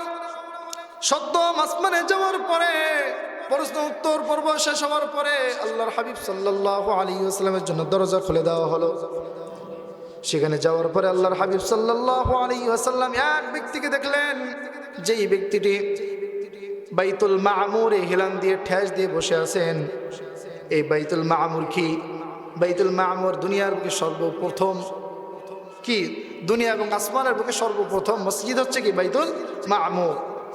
এই বাইতুল মামুরে 70,000 ফেরেশতা লাগাতার প্রত্যেক দিন 70,000 ফেরেশতা তওয়াফ করে। যেই ফেরেশতারা একবার তওয়াফ করেছে আর ভবিষ্যতে আর কখনো তওয়াফ করার সুযোগ পাবে না। প্রত্যেক দিন 70,000 ফেরেশতা এই বাইতুল মামুর তওয়াফ করতেছে। যাদের একবার তওয়াফ করার সৌভাগ্য হয়েছে আর কখনো জিন্দেগিতে আর কখনো তওয়াফ করার সৌভাগ্য হবে না। আল্লাহ রাব্বুল আলামিন এত অগণিত ফেরেশতা তৈরি করেছেন আমাদের জন্য। সুবহানাল্লাহি বিহামদি। সম্মানিত হাজিরিন, আল্লাহর হাবিব সাল্লাল্লাহু আলাইহি ওয়াসাল্লাম দেখলেন হযরত ইব্রাহিম আলাইহিস সালাতু ওয়াস সালামের সামনে ছোট ছোট অনেক বাচ্চা রয়েছে। আল্লাহর হাবিব সাল্লাল্লাহু আলাইহি ওয়াসাল্লাম জিবরিল আমিন আলাইহিস সালাতু ওয়াস সালামের কাছে জিজ্ঞাসা করলেন, জিবরিল, এই বাচ্চাগুলো কারা? কেন তিনি এই বাচ্চাগুলোর সামনে নিয়ে বসে আছেন? আল্লাহর হাবিব সাল্লাল্লাহু আলাইহি ওয়াসাল্লামকে উত্তর দেওয়া হলো, এই বাচ্চাগুলো যেই সমস্ত বাচ্চা দুনিয়ার বুকে শহীদ হয়েছে, জন্মগ্রহণ করতে যেই সে বিদায় নিয়েছে, অ্যাক্সিডেন্ট করে পানিতে পড়ে মারা গেছে, সেই সমস্ত বাচ্চারা হযরত ইব্রাহিম আলাইহিস সালাতু ওয়াস সালাম লালন পালন করেন। সেই সমস্ত বাচ্চাদের হযরত ইব্রাহিম আলাইহিস সালাতু ওয়াস সালাম লালন পালন করেন। তাদের শিক্ষক হচ্ছেন হযরত ইব্রাহিম আলাইহিস সালাতু ওয়াস সালাম। সুবহানাল্লাহি বিহামদি। হযরত ইব্রাহিম আলাইহিস সালাতু ওয়াস সালাম আল্লাহর হাবিব সাল্লাল্লাহু আলাইহি ওয়াসাল্লামকে দেখা মাত্রই তিনি বললেন, মারহাবান বিন নবী সালেহ ওয়াল ইবনে সালেহ। ওগো মহান নবী, আপনাকে স্বাগতম। ও মহান পুত্র, আপনাকে স্বাগতম। হযরত ইব্রাহিম আলাইহিস সালাতু ওয়াস সালাম আল্লাহর হাবিব সাল্লাল্লাহু আলাইহি ওয়াসাল্লামকে পুত্র বলে সম্বোধন করেছেন। কারণ আল্লাহর হাবিব সাল্লাল্লাহু আলাইহি ওয়াসাল্লাম ইব্রাহিম আলাইহিস সালাতু ওয়াস সালামের কি জন্ম বংশোদ্ভূত, তার বংশ থেকে হযরত ইব্রাহিম আলাইহিস সালাতু ওয়াস সালামের বংশ থেকেই আল্লাহর হাবিব সাল্লাল্লাহু আলাইহি ওয়াসাল্লাম কি আসছেন। এই জন্য আমাদের জাতির পিতাকে ইব্রাহিম আলাইহিস সালাতু ওয়াস সালাম, অন্য কেউ জাতির পিতা না। জাতির পিতাকে ইব্রাহিম আলাইহিস সালাতু ওয়াস সালাম। কেন জাতির পিতা হয়েছেন এর অনেক ব্যাখ্যা রয়েছে, যে ব্যাখ্যার দিকে আমি এখন যাব না। সম্মানিত হাজিরিন, এরপরে হযরত ইব্রাহিম আলাইহিস সালাতু ওয়াস সালামের সাথে সাক্ষাৎ করার পরে আল্লাহর হাবিব সাল্লাল্লাহু আলাইহি ওয়াসাল্লাম যখন তিনি সামনে অগ্রসর হলেন, সামনে বললেন, ইব্রাহিম আলাইহিস সালাতু ওয়াস সালাম আল্লাহর হাবিব সাল্লাল্লাহু আলাইহি ওয়াসাল্লামকে ডেকে বললেন, হে মুহাম্মদ, ইয়া মুহাম্মদ, হে মুহাম্মদ, আকরি উম্মতাকা মিন্নিস সালাম, আমার পক্ষ থেকে তোমার উম্মতের নিকটে সালাম পৌঁছে দিও। ওয়া উখবিরুহুম আন্নাল জান্নাতা তাইয়্যিবাতুত তুরবা, এবং তাদেরকে সংবাদ দিও জান্নাত একটা পবিত্র ভূমি। জান্নাত কি? একটা পবিত্র ভূমি। আযবাতুল মা, সেখানের পানি অনেক সুস্বাদু। ওয়া আন্নাহা কিআন, সেখানের বিল্ডিংগুলো কি মতির তৈরি। কি? সেখানের বিল্ডিংগুলো মতি জমরাত পাথরের কি তৈরি। ওয়া আন্না গিরাসাহা সুবহানাল্লাহ ওয়ালহামদুলিল্লাহ ওয়ালা ইলাহা ইল্লাল্লাহু আল্লাহু আকবার, সেখানের গাছপালা হলো সুবহানাল্লাহ ওয়ালহামদুলিল্লাহ ওয়ালা ইলাহা ইল্লাল্লাহু আল্লাহু আকবার। সেখানের গাছপালা কি? তুমি বান্দাদেরকে এই সংবাদ দিও যে সুবহানাল্লাহ ওয়ালহামদুলিল্লাহ ওয়ালা ইলাহা ইল্লাল্লাহু আল্লাহু আকবার কেউ যদি বলে, জান্নাতের ভিতরে তার জন্য আল্লাহ রাব্বুল আলামিন একটা গাছ তৈরি করে দেন। সুবহানাল্লাহ। সম্মানিত হাজিরিন, আল্লাহর হাবিব সাল্লাল্লাহু আলাইহি ওয়াসাল্লাম হযরত ইব্রাহিম আলাইহিস সালাতু ওয়াস সালামের সাথে সাক্ষাৎ শেষে তিনি বললেন, আমাকে নিয়ে যাওয়া হলো সিদরাতুল মুনতাহা। কোথায়? সিদরাতুল মুনতাহায় নিয়ে যাওয়া হলো, যেখানে সব কিছুর সমাপ্তি ঘটে। সিদরাতুল মুনতাহা কোন জায়গা? যেখানে সব কিছুর সমাপ্তি ঘটে। সহিহ বুখারীর 3887 নম্বর হাদিস। وعن عبد الله بن مسعود رضي الله تعالى عنه قال قال رسول الله صلى الله عليه وسلم, হযরত আব্দুল্লাহ ইবনে মাসউদ রাদিয়াল্লাহু তাআলা আনহু বলেন, আল্লাহর হাবিব সাল্লাল্লাহু আলাইহি ওয়াসাল্লাম ইরশাদ করেন, ইলাইহা ইয়ানতাহি মা ইয়ারজু বিহি মিনাল আরদি ফায়াকবাদু মিনহা, সিদরাতুল মুনতাহা হলো এমন একটা জায়গা, জমিন থেকে যত রূহ, যত বস্তু উপরের দিকে ওঠে ওই জায়গায় গিয়ে থেমে যায়, ওই জায়গায় গিয়ে থেমে যায়। ওয়া ইলাইহা ইয়ানতাহি মা ইহবাতু বিহি মিন ফাওকিহা ফায়াকবাযু মিনহা, আবার ঊর্ধ্ব জগৎ থেকে যত কিছু জমিনের দিকে নামে ওইখানে এসে আগে থেমে যায়, ওইখানে এসেই কি থেমে যায়। এরপর ওইখান থেকে আস্তে আস্তে কি জমিনের দিকে আসে, আর উপরের দিকে যত রূহ উপরের দিকে ওঠে ওখানে গিয়ে থেমে যায়। ওখানে একটা বৃক্ষ গাছ রয়েছে, একটা বৃক্ষ রয়েছে, সেটার নাম কুল বৃক্ষ। কি বলা হয়? কুল বৃক্ষ। সিদরাতুল মুনতাহা, আল্লাহর হাবিব সাল্লাল্লাহু আলাইহি ওয়াসাল্লাম বলেন, এই বৃক্ষ এত সৌন্দর্য, এত সুন্দর, তাকে এত সুন্দর জিনিস তাকে ঘিরে রেখেছে, যেই সৌন্দর্যের কথা কোনো দুনিয়ার মানুষ বর্ণনা করতে সক্ষম হবে না। সুবহানাল্লাহ বিহামদি। এত সুন্দর একটা গাছ। ওই গাছের পাতাগুলো একটা একটা হাতির কানের মতো, একটা একটা পাতা হাতির কানের মতো, আর তার ফলগুলো একটা একটা বিশাল মটকার মতো, বড় বড় বিশাল মটকার মতো একটা একটা ফল। সম্মানিত হাজিরিন, আল্লাহর হাবিব সাল্লাল্লাহু আলাইহি ওয়াসাল্লাম বলেন, সিদরাতুল মুনতাহার উপরে আল্লাহর হাবিব সাল্লাল্লাহু আলাইহি ওয়াসাল্লাম সিদরাতুল মুনতাহা থেকে আমাকে এত ঊর্ধ্ব জগতের দিকে নিয়ে যাওয়া হলো, এত উপরে উঠানো হলো। আল্লাহর হাবিব সাল্লাল্লাহু আলাইহি ওয়াসাল্লাম বলেন, সুম্মা উরিজা বি হাত্তা যাহারতু লিমুস্তাওয়া আসমাউ ফীহি সরিফাল আকলাম, এত উপরে আমাকে উঠানো হলো যেইখান থেকে আমি আল্লাহর হুকুম, আল্লাহ রাব্বুল আলামিনের ফেরেশতা, যেই সমস্ত ফেরেশতারা হুকুম আহকাম লিপিবদ্ধ করতেছে, ওই সমস্ত ফেরেশতাদের কলমের আওয়াজ আমি শুনতে পেলাম। সুবহানাল্লাহ। সম্মানিত হাজির, যেই সমস্ত ফেরেশতারা আল্লাহ রাব্বুল আলামিনের হুকুম আহকাম, মূসা আলাইহিস সালাতু ওয়াস সালামের সাথে সাক্ষাৎ, এমন করতে মূসা আলাইহিস সালাতু ওয়াস সালাম এবং রব্বুল আলামিনের কাছে আসা যাওয়া করেছেন 9 বার। কয়বার? 9 বার করেছেন, 9 বারে 45 ওয়াক্ত নামাজ আল্লাহ রাব্বুল আলামিন কমিয়ে দিয়েছেন। আল্লাহ রাব্বুল আলামিন 45 ওয়াক্ত নামাজ কমিয়ে দিয়ে বললেন, খামসুনা হিয়া খামসাতুন, তোমার উম্মত যদি এই 5 ওয়াক্ত নামাজ আদায় করে তাহলে সেই 50 ওয়াক্ত নামাজের সওয়াবের মতো সমতুল্য সওয়াব অর্জন করতে পারবে। সুবহানাল্লাহ, আলহামদুলিল্লাহ। সম্মানিত হাজিরিন, আল্লাহর হাবিব সাল্লাল্লাহু আলাইহি ওয়াসাল্লাম মুসা আলাইহিস সালাতু ওয়াস সালামের কাছে যখন আসলেন, মুসা আলাইহিস সালাতু ওয়াস সালাম আবার বললেন, ওগো ভাই মুহাম্মদ, যাও এই 5 ওয়াক্ত নামাজও তোমার উম্মত পালন করতে পারবে না, সুতরাং যাও আবার গিয়ে আবেদন করো। আল্লাহর হাবিব সাল্লাল্লাহু আলাইহি ওয়াসাল্লাম বললেন, ইস্তাহইয়াইতু মির রাব্বি, আমি আমার প্রতিপালকের কাছে এবার যেতে আমি লজ্জাবোধ করছি।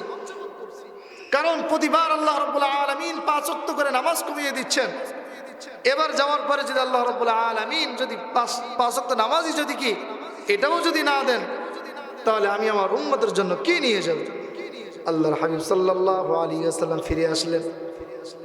আল্লাহর হাবিব সাল্লাল্লাহু আলাইহি ওয়াসাল্লাম ফিরে আসলেন।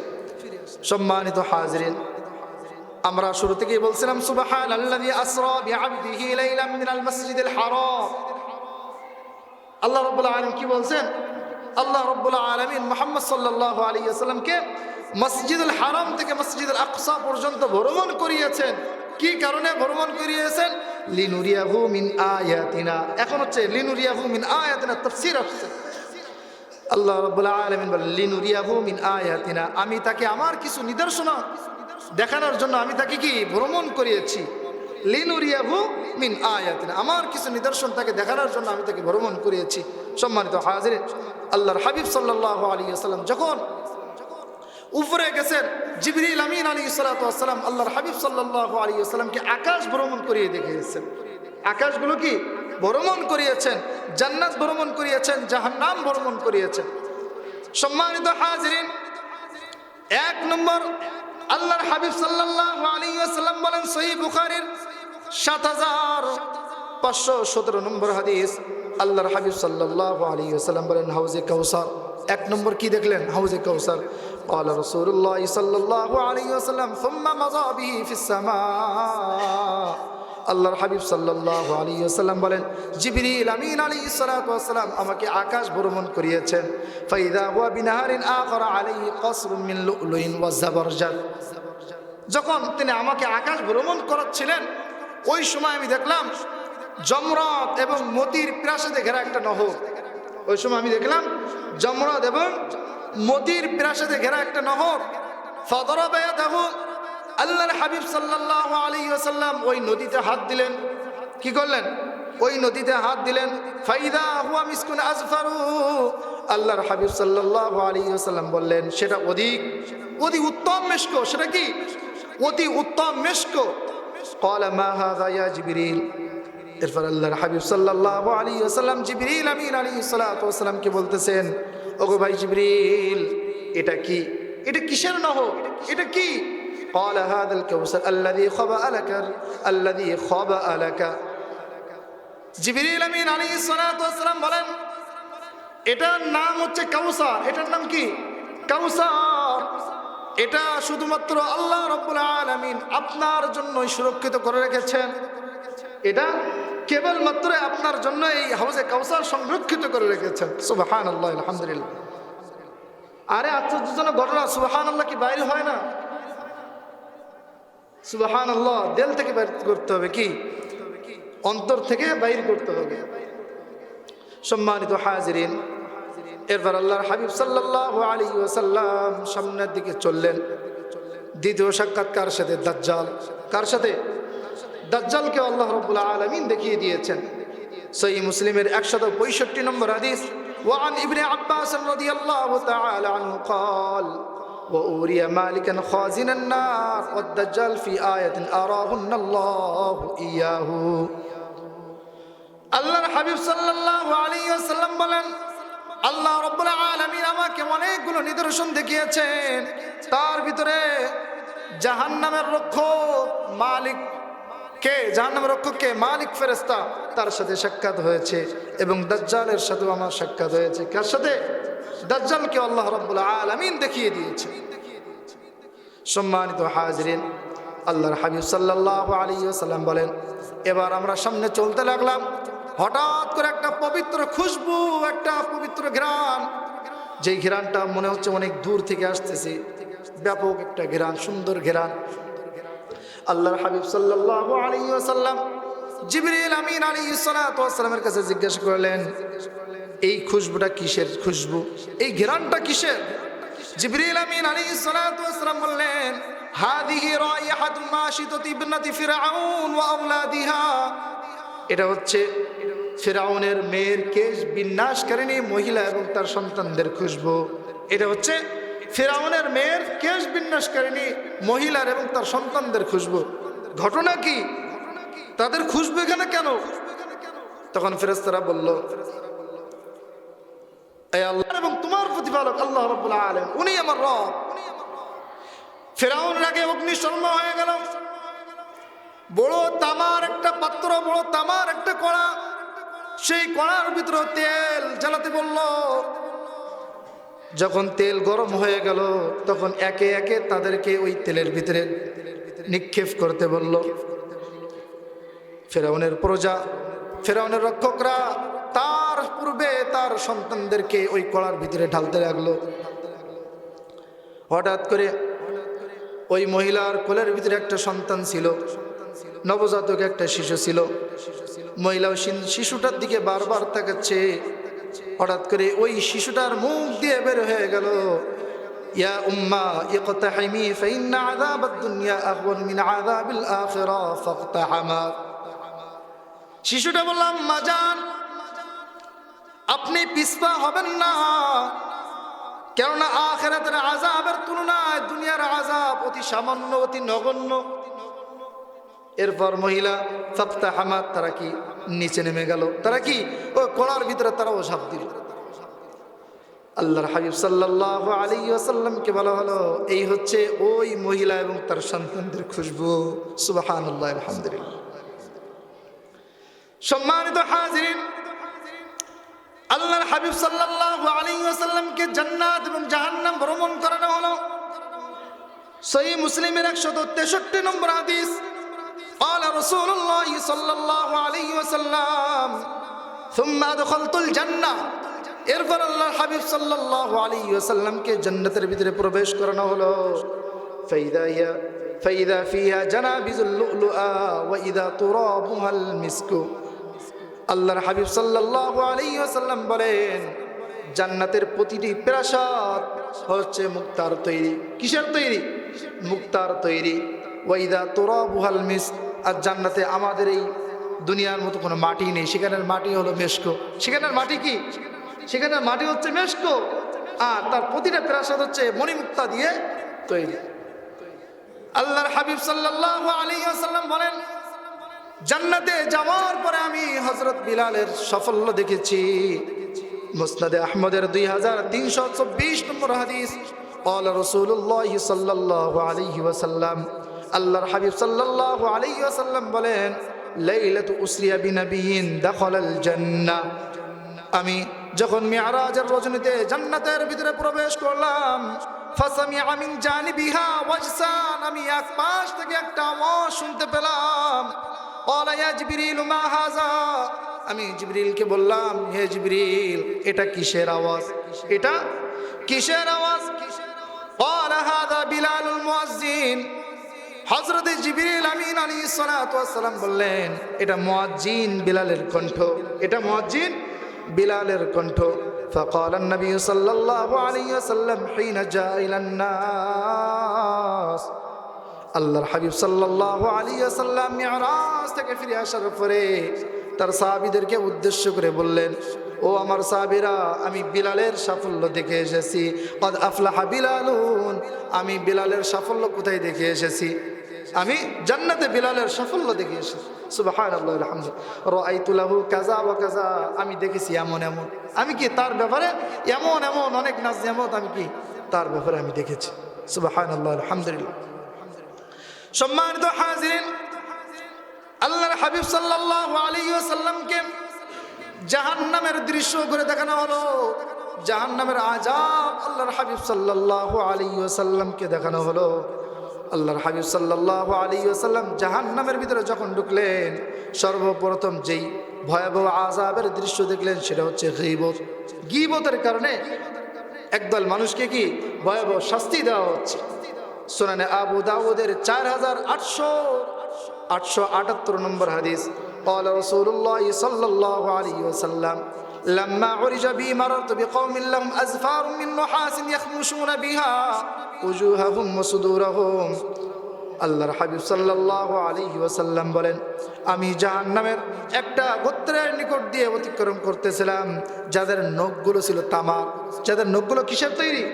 তামার তৈরি। ইয়াখমুশুনা বিহা উজুহাহুম ওয়া সুদুরহুম, যেই নখ দিয়ে তারা নিজেদের চেহারা এবং নিজেদের বুকে আঁচড় দিচ্ছিল, যেই নখ দিয়ে তারা নিজের চেহারা এবং বুকে আঁচড় দিচ্ছিল। ফাকুলতু মান হাউলা ইয়া জিবরিল, আমি জিবরিল আলাইহিস সালাতু ওয়াস সালামকে বললাম, ইয়া জিবরিল, এরা কারা? এই যে গোত্র যারা নিজেদের তামার নখ দিয়ে, যাদের নখগুলো তামার তৈরি, আর এই নখ দিয়ে নিজেদের চেহারার উপর আঁচড় দিচ্ছে আর বক্ষের উপর আঁচড় দিচ্ছে, এরা কারা? এরা কোন গোত্র? এরা কোন জাতি? হাউলা ইল্লাযীনা ইয়াকুলুনা লুহুমান নাস। জিবরিল আমিন আলাইহিস সালাতু ওয়াস সালাম তাদেরকে বললেন, আল্লাহর হাবিব সাল্লাল্লাহু আলাইহি ওয়াসাল্লামকে বললেন, এরা হচ্ছে দুনিয়ায় মানুষের গোশত ভক্ষণ করত। এরা দুনিয়ায় মানুষের গোশত ভক্ষণ করত। ওয়া ইয়াকুনা ফি আ'রাদিহিম, এবং মানুষের সম্মানহানি করত। এরা কারা? যারা দুনিয়ায় মানুষের গোশত ভক্ষণ করত। গোশত ভক্ষণ করা মানে গীবত করত, মানুষের সমালোচনা করত, পিছনে পিছনে মানুষের কি করত? সমালোচনা করত। ওয়ায়াকাউনা ফি আ'রাদিহিম, এবং মানুষকে লাঞ্ছিত করত, অপমানিত করত। তাহলে গীবত করা যাবে? অন্যের সমালোচনা করা যাবে? সমালোচনা করলে কি হবে? কিয়ামতের দিন আল্লাহ রাব্বুল আলামিন জাহান্নামের ভিতরে প্রত্যেকের কিন্তু একরকম শাস্তি না।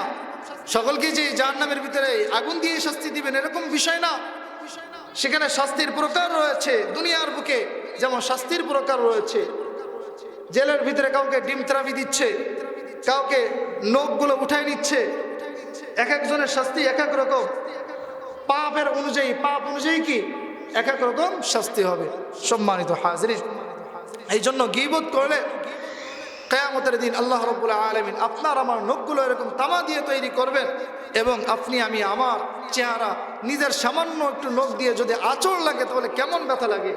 আর সেই দিন তামার নখ দিয়ে আমি আপনি এরকম নিজেদের চেহারাগুলো নিজেদের বুকে আমরা কি আঁচড় দিব। এই জন্য কারোর সমালোচনা করা যাবে না, পিছনে কারোর সমালোচনা করা যাবে না, কারোর গীবত করা যাবে না, আর মানুষের সম্মানহানি করা যাবে না। একজন রিক্সাওয়ালা তার একটা সম্মান রয়েছে, একজন ভ্যান চালক তার সম্মান রয়েছে, একজন চায়ের দোকানদার তার সম্মান রয়েছে, একজন মুদি দোকানদার তার সম্মান রয়েছে, একজন মেতর তার একটা সম্মান রয়েছে। প্রত্যেকের আত্মমর্যাদা রয়েছে। এই জন্য দেখবেন দিন শেষে কাজ কাম শেষ করার পরে দেখবেন প্রত্যেকটা যুবক এমনভাবে ফিটফাট হয়ে বেরোয়, মনে হয় যেন প্রত্যেকেই সরকারি চাকরি করে। না, প্রত্যেকেই সরকারি চাকরি করে, এমন একটা বিষয়। কারণ প্রত্যেকের আত্মমর্যাদা রয়েছে। প্রত্যেকের কি আত্মমর্যাদা রয়েছে। যার আত্মমর্যাদা নাই সে হচ্ছে মানুষ না, সে হচ্ছে পাগল। কি আকলমান মানুষ না, সে হচ্ছে কি আকলহীন মানুষ, অর্থাৎ পাগল। যার নিজের কি নাই, আত্মমর্যাদা বলে কিছু নাই। আল্লাহ রাব্বুল আলামিন তার আকল দেন নাই, আকল দান করেন নাই। সম্মানিত হাজির, এই জন্য আমরা যেই কর্মই করি না কেন প্রত্যেকটা কর্মকে আমাদেরকে সম্মান করা উচিত। প্রত্যেকটা কর্মকে আমাদেরকে সম্মান করা উচিত। কারোর যেন সম্মানহানি না হয় এদিকে আমাদের খেয়াল রাখা উচিত। আমি সরকারি চাকরি করি, আমি একজন রিক্সা চালককে এই নেই বলে আমি তাকে কি করলাম, যা ইচ্ছা ব্যবহার করলাম, এরকম করা যাবে না। একজন রিক্সা চালককে সকলের সামনে ছোট করলাম, একজন ভ্যান চালককে সকলের সামনে ছোট করলাম, এরকম কখনো করা যাবে না। প্রত্যেকের আত্মমর্যাদার দিকে আমাদের খেয়াল করতে হবে। সম্মানিত হাজিরিন, এরপর আল্লাহর হাবিব সাল্লাল্লাহু আলাইহি ওয়াসাল্লাম বলেন, এরপর এমন এক ব্যক্তির, এমন এক গোত্রের আযাব আমি দেখলাম যেই গোত্রের আযাব দেখার পরে আমিও হতভম্ব হয়ে যাই। এই হাদিসটা পড়ার পরে আমিও বিস্মিত হয়ে যাই, আমিও চিন্তিত হয়ে যাই। মুসনাদে আহমদের 12211 নম্বর হাদিস, ক্বালা জিবরিল, আল্লাহর হাবিব সাল্লাল্লাহু আলাইহি ওয়াসাল্লাম একদল মানুষের নিকট দিয়ে যাচ্ছিলেন, যাদের আগুনের কাঁচি দিয়ে তাদের জিহ্বা কাটা হচ্ছিল, আগুনের কাঁচি দিয়ে তাদের জিহ্বা কর্তন করা হচ্ছিল। সম্মানিত হাজিরিন, আল্লাহর হাবিব সাল্লাল্লাহু আলাইহি ওয়াসাল্লাম জিবরিল আমিন আলাইহিস সালাতু ওয়াসসালামকে বললেন, ও জিবরাইল, এরা কারা, এরা কোন সম্প্রদায়?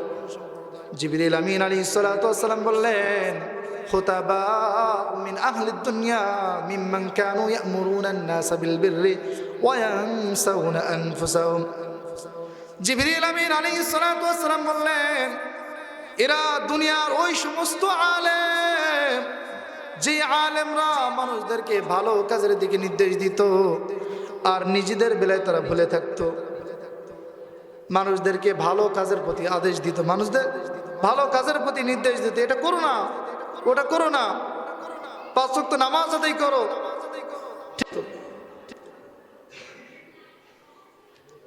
অন্যদেরকে রমজানের কথা বলতো, কিন্তু নিজে রমজানে কি অনেক সময় রোজা পালন করতো না। এরা হচ্ছে ওই সমস্ত আলেম। আল্লাহ রাব্বুল আলামিন ওই সমস্ত খুতাবাদের থেকে আমাদেরকে হেফাজত করেন, আল্লাহুম্মা আমিন। সম্মানিত হাজিরিন, উপরে মা বোনদের ওখানে বাজার বসছে, মা বোনরা আপনারা কেউ চিল্লাচিল্লি করবেন না, বাচ্চাদেরকেও শান্ত করেন, আপনারা নিজেরাও শান্ত হয়ে যান। সম্মানিত হাজিরিন, আল্লাহর হাবিব সাল্লাল্লাহু আলাইহি ওয়াসাল্লাম বলেন, এবার আমরা সামনে চলতে লাগলাম, আমরা এমন একটা গোত্রকে দেখলাম আকিলুর রিবা, যারা সুদ খায়। এমন একটা গোত্রকে দেখলাম যারা সুদ খায়, সুদখোরদের আযাব দেখলাম। সহিহ বুখারীর 7047 নম্বর হাদিস, ক্বালা রাসূলুল্লাহ সাল্লাল্লাহু আলাইহি ওয়াসাল্লাম, আল্লাহর হাবিব সাল্লাল্লাহু আলাইহি ওয়াসাল্লাম বলেন, ফান্তালাকনা ফাতাইনা আলা নাহরিন আহমার মিসলাদ দাম। আল্লাহর হাবিব সাল্লাল্লাহু আলাইহি ওয়াসাল্লাম বলেন, আমরা সামনে চলতে লাগলাম, আমরা সামনে চলতে যে এমন একটা নদীর দেখে ফেলাম, এমন একটা নদী ফেলাম যেই নদীটা রক্তের মতো লাল, যেই নদীটা ছিল রক্তের মতো লাল। ওয়াইদা ফিন নাহারি রাজুলুন সাবিহুন ইয়াসবাহু, ওই নদীর ভিতরে একজন ব্যক্তিকে দেখলাম সে সাঁতার কাটছে, ওই নদীতে একজন ব্যক্তিকে দেখলাম সে সাঁতার কাটছে। ওয়াইদা আলা শাত্তিন নাহারি রাজুলুন ক্বাদ জামা ইনদাহু হিজারাতান কাসীরাতান, আর নদীর তীরে একজন ব্যক্তি অনেকগুলো পাথর জমা করে নিজের কাছে রেখে বসে আছে। ওয়াইদা যালিকা সাবিহু ইয়াসবাহু মা ইয়াসবাহু, যখন ওই সাঁতার কাটা ব্যক্তি কিছুক্ষণ সাঁতার কাটার পরে, সুম্মা ইয়াতি যালিকা আল্লাযী ক্বাদ জামা ইনদাহুল হিজারা, কিছুক্ষণ সাঁতার কাটার পরে ওই নদীর কিনারা ওই ব্যক্তির নিকটে আসে যে পাথর জমা করে বসে আছে, যে নিজের কাছে পাথর জমা করে বসে আছে, ওই ব্যক্তির নিকটে আসে। ফায়াফগরু লাহু ফাহু ফায়ুলকিমহু হাজারান ফায়ানতালিকু ইয়াসবাহু, আর যখন সে তার কাছে আসে এবং এসে মুখ খুলে দেয়, কি করে? মুখ খুলে দেয়, আর ওই মুখের ভিতরে ওই কিনারায় থাকা ব্যক্তিটি তার মুখের ভিতরে একটা পাথর ঢুকিয়ে দেয়, তার মুখের ভিতরে একটা পাথর ঢুকিয়ে দেয়, আর এই পাথর নিয়ে আবার সে সাঁতার কাটতে যায়। কিছুক্ষণ সাঁতার কাটার পরে সুম্মা ইয়ারজিউ ইলাইহি কুল্লামা রাজা ইলাইহি ফাগারা লাহু ফাহু ফাআলকামাহু হাজারান, কিছুক্ষণ সাঁতার কাটার পরে আবার তার কাছে ফিরে আসে, যতবার তার কাছে ফিরে আসে ততবার সে একটা একটা করে পাথর তার মুখের ভিতরে ঢুকিয়ে দেয়। নাউজুবিল্লাহ, তার মুখের ভিতরে একটা একটা পাথর কি করে? ঢুকিয়ে দেয়। সে আসে, এসে তার কাছে কি হা করে, আর হা করলে সাথে সাথে একটা পাথর ঢুকিয়ে দেয়, আবার সেই পাথরটা নিয়ে আবার সাঁতার কাটে, আবার কিছুক্ষণ পরে আবার নিকটে আসে, নিকটে এসে আবার হা করে, আবার তার পেটের ভিতরে কি পাথর ঢুকিয়ে দেওয়া হয়। সম্মানিত হাজিরিন, এই নদীটা রক্তের মতো লাল কেন? এর পানি রক্তের মতো লাল কেন? কেননা দুনিয়ায় সুদখোরেরা মানুষের রক্ত চুষে খাইছে, মানুষের রক্ত চুষে খাইছে।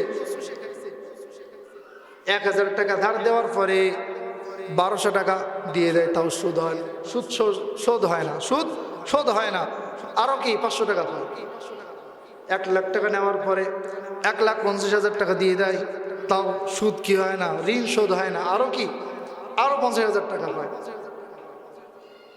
যত দিন রাখবে তত কি তার সুদের টাকা বেড়ে যায়। গরিব মানুষ অনেক সময় কি সুদের টাকা নিয়ে বসে, নেওয়ার পরে এমন বিপদে পড়ে যায়, 1 লাখ টাকা নিয়ে 3 লাখ টাকা দিয়ে ফেলে, তাও কি তার ঋণ শোধ হয় না, তাও নাকি কিছু পায়। সম্মানিত হাজিরিন, এই জন্য দুনিয়ার বুকে যেমন ভাবে মানুষের রক্ত চুষে খেয়েছে, কিয়ামতের দিন আল্লাহ রাব্বুল আলামিন ওই রক্তের নদীর ভিতরে সে কি করবে, সাঁতার কাটবে। আর যখন কিনারায় আসবে তখন তার ওই সুদের টাকা তার কি ওই পাথর আকৃতি দিয়ে আল্লাহ রাব্বুল আলামিন তার মুখের ভিতরে খাওয়াবেন, যে খা খা সুদ খা। সম্মানিত হাজিরিন, এই জন্য যেই ফ্যামিলির ভিতরে একবার সুদ ঢুকে পড়েছে ওই ফ্যামিলি ধ্বংস হওয়ার জন্য যথেষ্ট। আমার কথা না, রাসূল করিম সাল্লাল্লাহু আলাইহি ওয়াসাল্লামের কথা। যেই ফ্যামিলির ভিতরে সুদ ঢুকে পড়েছে, যদি ওর থেকে তওবা করে বাইর না হয় তাহলে ওই ফ্যামিলি ধ্বংস হওয়ার জন্যই যথেষ্ট। এই জন্য আমরা নিয়ত করে নেই, যারা এই কাজের সাথে যারা আমাদের লেনাদেনা রয়েছে, লেনদেন রয়েছে, আল্লাহ রাব্বুল আলামিন সকলকে যেন এই সুদ থেকে আমাদের প্রত্যেককে হেফাজত রাখেন, প্রত্যেককে হেফাজত করেন। সকলে বলেন আল্লাহুম্মা আমিন। সম্মানিত হাজিরিন, আল্লাহর হাবিব সাল্লাল্লাহু আলাইহি ওয়াসাল্লাম বলেন, আমরা আবার সামনে চলতে লাগলাম, এবার দেখলাম কিছু বেবিচারী নিজেদেরকে শাস্তি। قال رسول الله صلى الله عليه وسلم فانطلقنا فاتينا على مثل التنور। আমরা চলতে লাগলাম, কিছু দূর যাওয়ার পরে দেখলাম একটা গর্তের মতো বিশাল একটা চুলা। কিসের চুলা? একটা চুলা, বিশাল আকারের একটা চুলা। قال فاحسب انه كان يقول, বর্ণনাকারী বলেন আল্লাহর হাবিব সাল্লাল্লাহু আলাইহি ওয়াসাল্লাম এরকমটাই বলেছেন, فاذا فيه لغط واصوات। আল্লাহর হাবিব সাল্লাল্লাহু আলাইহি ওয়াসাল্লাম বলেন, সেখানে চিৎকার চেঁচামেচি হট্টগোলের আওয়াজ শুনতে পেলাম। ক্বালা ফাত্তালা'না ফীহি, আমরা উকি মেরে সেখানে দেখলাম, ওই চুলার ভিতরে, গর্তের ভিতরে আমরা কি করলাম, উকি মারলাম। উকি দিয়ে দেখলাম ফাইদা ফীহি রিজালুন ওয়া নিসাউন উরাতুন, সেখানে দেখলাম কিছু উলঙ্গ নারী পুরুষ, সেখানে দেখলাম কিছু উলঙ্গ নারী পুরুষ, তারা চিৎকার চেঁচামেচি করতেছে। وإذا هم يأتيهم لهب من أسفل منهم, যখন তারা উলঙ্গ অবস্থায় রয়েছে, প্রত্যেকের নিজ দিয়ে আগুন দেওয়া হচ্ছে, প্রত্যেকের নিজ দিয়ে আগুন দেওয়া হচ্ছে। যখন তাদের আগুন ওই লজ্জা স্থানে গিয়ে লাগে, তখন তারা চিৎকার চেঁচামেচি শুরু করে দেয়। এমনি তো আগুনের ভিতরে রয়েছে, কিন্তু জিনা করার কারণে, এই গুনাহ করার কারণে আল্লাহ রাব্বুল আলামিন নিজ দিয়ে আলাদাভাবে আগুন দিয়ে এমনভাবে তাপ দিচ্ছে যে তাপের কারণে তারা কি চিৎকার চেঁচামেচি করতেছে, যে এমনি তাপের ভিতরে রয়েছে, এমনি একটা সাজার ভিতরে রয়েছে, চুলার ভিতরে রয়েছে, কিন্তু এই সাজা আল্লাহ রাব্বুল আলামিন থামিয়ে রাখেন নাই, আরো তাদেরকে এই জিনা করার কারণে লজ্জা স্থানে আল্লাহ রাব্বুল আলামিন আলাদাভাবে তাদেরকে শাস্তি দিচ্ছে। নাউযুবিল্লাহি মিন যালিক। আল্লাহ রাব্বুল আলামিন প্রত্যেককে হেফাজত করেন। ফাইদা আতাহুম যালিকাল লাহাবু দাউ, যখন এই আগুন তাদের ওই লজ্জা স্থানে পৌঁছে তারা চিৎকার চেঁচামেচি করে। আজকের মানুষ জিনাকে আমরা জিনা মনে করি না, জিনাকে জিনাই মনে করি না, এটা আমাদের কাছে খুব স্বাভাবিক হয়ে গেছে। পরকীয়া, এটা আমাদের কাছে খুব স্বাভাবিক একটা বিষয় হয়ে গেছে।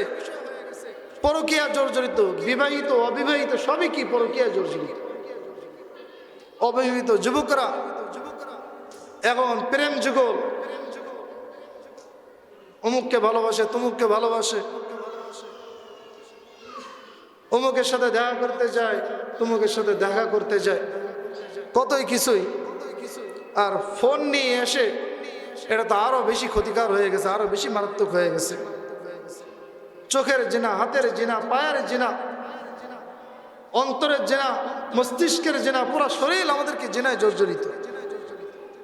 সম্মানিত হাজিরিন, মোবাইল বাইর করলে অনেক সময় কি উলঙ্গ ছবি চলে আসে, দেখতে চায় না, এটাও কি, এটাও কিন্তু জিনা, এটাও কিন্তু চোখের জিনা। আপনি যদি কোনো মেয়ের সাথে কথা বলেন তাহলে আপনার মুখের গোনা হচ্ছে, আপনার কানের গোনা হচ্ছে, তার আওয়াজ শোনার কারণে আপনার কানের গুনাহ হচ্ছে, তার সাথে কথা বলার কারণে আপনার জবানের গুনাহ হচ্ছে, আর তার সাথে ফোন দেওয়ার কারণে আপনার হাতের গুনাহ হচ্ছে। আর যদি কোনো মেয়ের সাথে মেসেজের মাধ্যমে কথা বলেন তাহলে আপনার আঙ্গুলের গুনাহ হচ্ছে, আপনার চোখের গুনাহ হচ্ছে। প্রত্যেকটা কিন্তু গুনাহ, প্রত্যেকটাই গুনাহ। কোনো মেয়েকে বললেন যে আমি তোমার সাথে অমুক জায়গায় দেখা করব, আপনি যাচ্ছেন তার সাথে দেখা করার জন্য, আপনার পায়ের গুনাহ হচ্ছে। যখন আপনি তার কাছে যাবেন আপনার নাকের গুনাহ হচ্ছে, তার শরীরে যে ঘেরানটা নিচ্ছেন এই কারণে আপনার নাকের গুনাহ হচ্ছে। তার সাথে যদি আপনি হাতে হাত রাখেন আপনার হাতের গুনাহ হচ্ছে। আর মস্তিষ্কের গুনাহ, অন্তরের গুনাহ তো রয়েছে। আর সর্বশেষ চূড়ান্ত গুনাহ হচ্ছে কি, তার সাথে একসাথে মেলামেশা করা। এই জন্য আল্লাহর হাবিব সাল্লাল্লাহু আলাইহি ওয়াসাল্লাম বলেছেন, মাই ইয়াজমানু লি মা বাইনা লিহিয়াইহি ওয়া মা বাইনা রিজলাইহি আজমান লাহুল জান্নাহ। কেউ যদি দুইটা জিনিসের জিম্মাদারি আমাকে দেয়, একটা হচ্ছে দুই চোয়ালের মধ্যবর্তী স্থান অর্থাৎ জিহ্বা, আর দুই পায়ের মধ্যবর্তী স্থান এই লজ্জা স্থান, এই দুই জিম্মাদারি কেউ যদি আমাকে দিতে পারে আমি তার জন্য জান্নাতের জিম্মাদারি নিয়ে নিব। সুবহানাল্লাহ, আলহামদুলিল্লাহ। তাহলে সবচেয়ে বেশি গুনাহ হয় কি, মুখের মাধ্যমে। গীবতের কারণে গুনাহ হয়, মিথ্যাচারের কারণে গুনাহ হয়, মিথ্যা সাক্ষ্য দেওয়ার কারণে গুনাহ হয়, মিথ্যা কথা বলার কারণে গুনাহ হয়, একে অপরকে গালিগালাজ কারণে গুনাহ হয়। জবানের মাধ্যমে অনেক গুনাহ হয়ে যায়। আর 2 নম্বর হচ্ছে লজ্জা স্থান। মানুষ যখন একে অপরের সাথে কি যখন মোটামুটি আন্তরিক হয়ে যায়, শেষ বেশ কি গুনাহ করে, চূড়ান্ত গুনাহ হচ্ছে লজ্জা স্থান দিয়ে শেষ করে ফেলে, লজ্জা স্থান দিয়ে শেষ করে। এই জন্য আল্লাহর হাবিব সাল্লাল্লাহু আলাইহি ওয়াসাল্লাম 2টা জিনিসের হেফাজতের দায়িত্ব নিতে বলছেন, যে তুমি 2টা জিনিসের হেফাজতের দায়িত্ব না, তোমার জান্নাতের জিম্মাদারি আমি নিলাম। সুবহানাল্লাহ, সম্মানিত হাজির। এই জন্য আল্লাহ রাব্বুল আলামিন পবিত্র কোরআনুল কারীমে সূরা নূরের 30 এবং 31 নম্বর আয়াতের ভিতরে ইরশাদ করেন, আল্লাহ রাব্বুল আলামিন বলেন, মুমিনরা কুল্লিল মুমিনিনা ইয়াগুদ্দু মিন আবসারিহিম ওয়া ইয়াহফাজু ফুরুজাহুম। ও মুমিনরা, তোমরা তোমাদের নজরকে হেফাজত করো। কিসের হেফাজত করো? নজরকে হেফাজত করো এবং তোমাদের লজ্জা স্থানের হেফাজত করো। যালিকা আযকা লাহুম, এটাই তোমাদের জন্য অধিক পবিত্রতা, এটাই